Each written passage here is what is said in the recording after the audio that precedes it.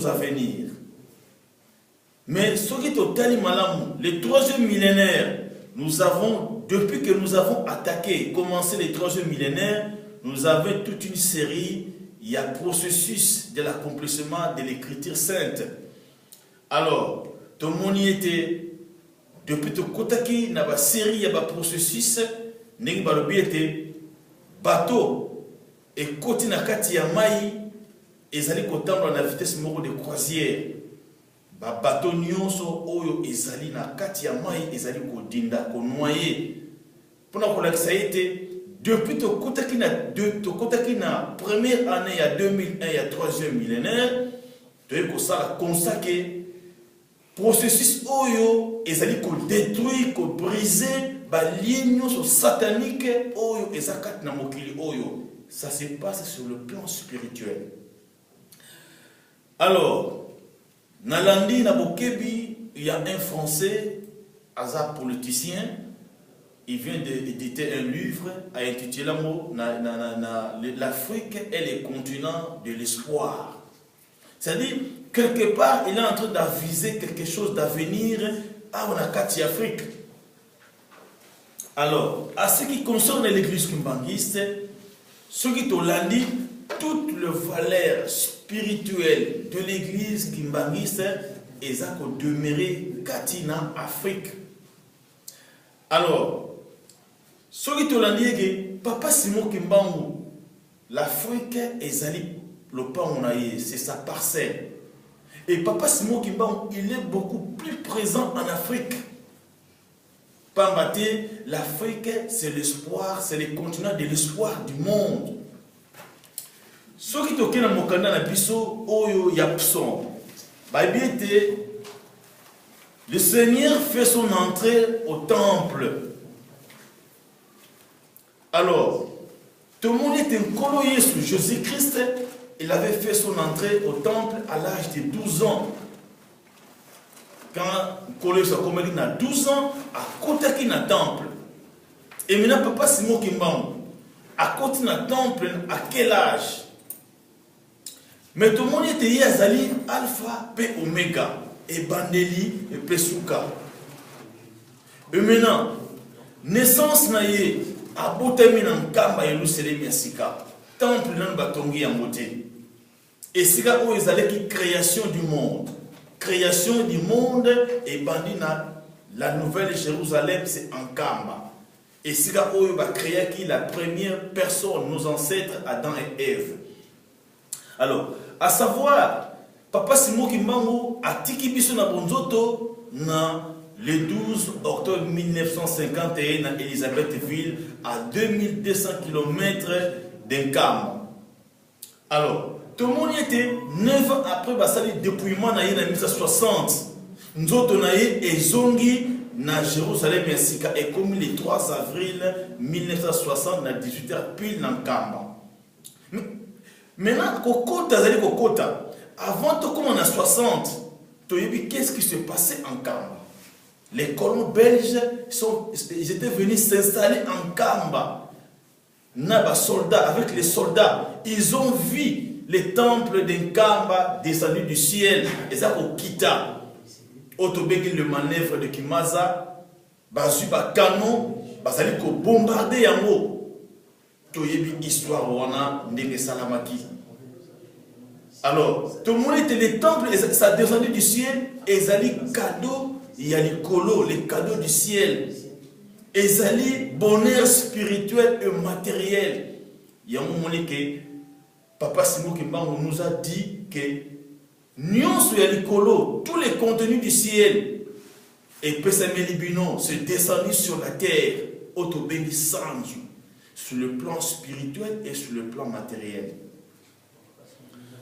Tout le monde y était. 40 ans, les colons sont restés en Kamba. Pour la sous-surveillance, il y a un Kamba, moto a piétiné dans le territoire, il y a ville sainteté. Mais, sur le plan matériel, le temple que Oyoba Belges ont vécu, descendu du ciel, et Zokita jusqu'en Kamba, tout le monde y a été de 1976 à 1981, les fidèles kimbanguistes, ils ont construit les temples d'Nkamba de 1976 à 1981. C'était un effort personnel des fidèles kimbanguistes. Sans appui, il y a Fonds monétaire international, sans appui, il y a Banque mondiale, et sans que tout ça, la mendicité quelque part, c'était pour notre bénédiction. Alors, ni to kolobana katuwana, batuni biso mutuna, batalisi biso était création et bandikuna. Yenzambe, c'est lui qui a fixé le ciel et la terre. Tout le monde était battu sur mutuna, qui sont admis, yako grave, yako matana montagne wana, oh il y a temple, il y a Jérusalem, il y a Sika. Ba pesi biso ba critère ya bandimi ba kokotana ba kokomata na montagne wana critère ezali nini ba lobiete critère ezali moko ezali ba pesi biso ba critère mo belé na kati wana babi esengeli na fidèle wana il faut azala de cœur pur, il faut azala de main propre, de main où ezali c'est pas du main qui a du sang, non, de main propre, de mains aux sans taches, de cœur pur.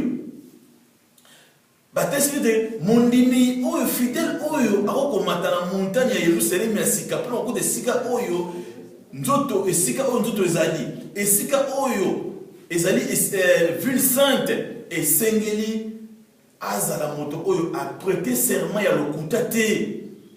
C'est-à-dire au prêter serment mais tu marches dans les mensonges.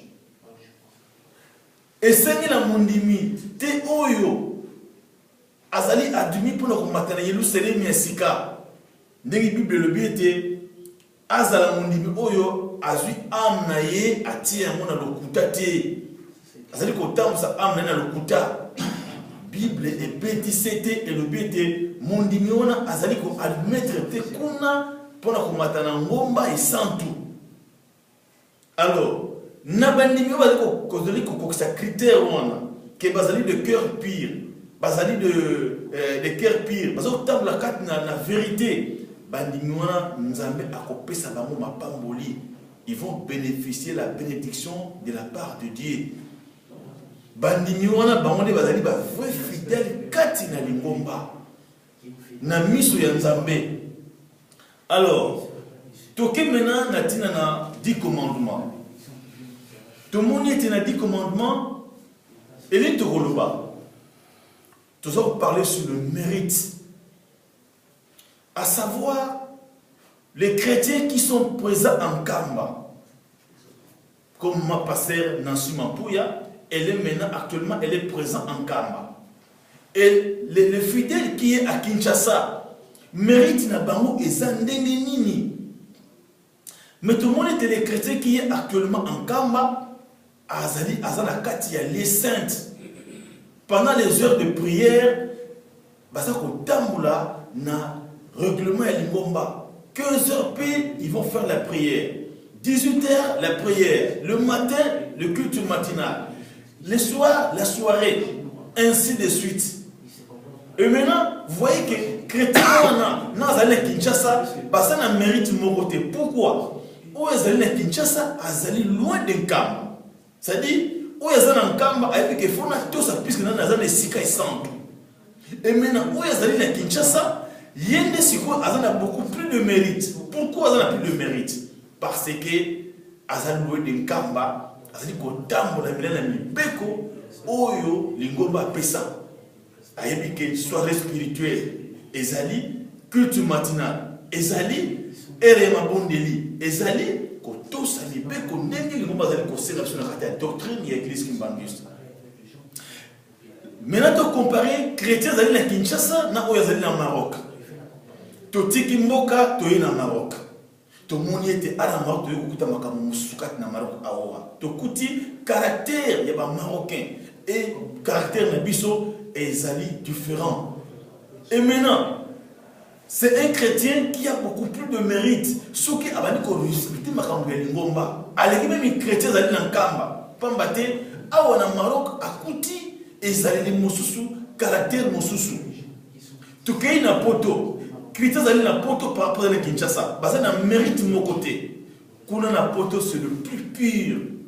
Et ça monde moko satanique. Yo pour nanzira na yo. Et maintenant critères d'aller na poto, ceux qui a respecté makambu ya lingomba, mibeko ya lingomba, aleki chrétien azali na nkamba. Pambate, il azali hors de Nkamba, la Nouvelle Jérusalem. Mais azali pour respecter, mais pour tenir en application. Alors, ni to kolo basikoyo, auto baksana katuana. To moni était, ceux qui te sali constat, biso le fidèle de l'église kimbaniste. Si quand nous sommes à Kinshasa, soit à Brazzaville, nous respectons les normes de l'église.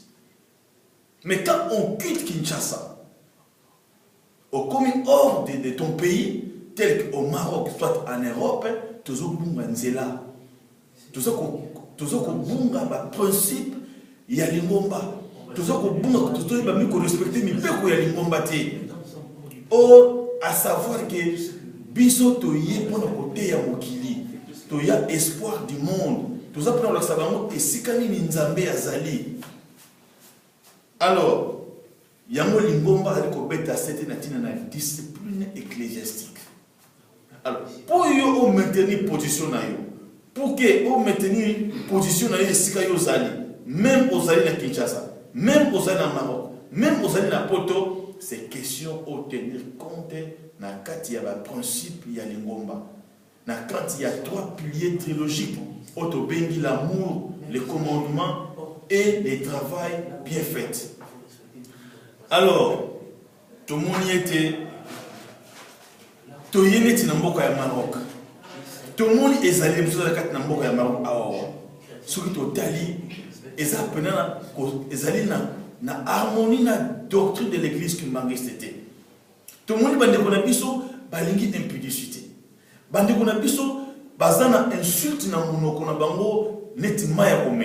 Ils insultent des gens à tout moment, sans tenir compte que nous sommes des humains. Tout le monde était, ils ont battu la violence. Monde de l'écamke, ils ont armes blanches pour nini, mais ni to roloba, biso, toye sur le terrain, toye côté à bango, le kimbanisme. Toye côté à la bango qui était solo, biso to tambusami na mibeko. C'est-à-dire, tant que vous allez mettre en application les camps ya mobeko, na principe et méthode, et là, vous allez mettre la côte na yo, vous allez mettre pas en Zambie. Vous allez élever côte na yo, pendant que ça a été, tout ça là, tout refléter l'image qui toko, tout bénéfice.